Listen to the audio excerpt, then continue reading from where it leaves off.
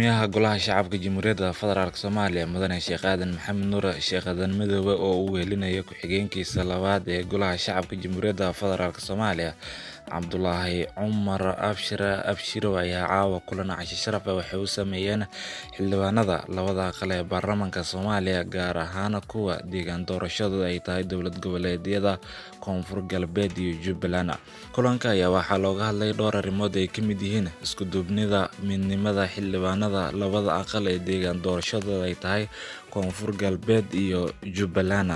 Waxaana ugu dambeyn kulanka ka soo baxay in si wadajir ah gacan looga geysto arrimaha gurmadka abaaraha loona sameeyo qoysaska ay saameeyeen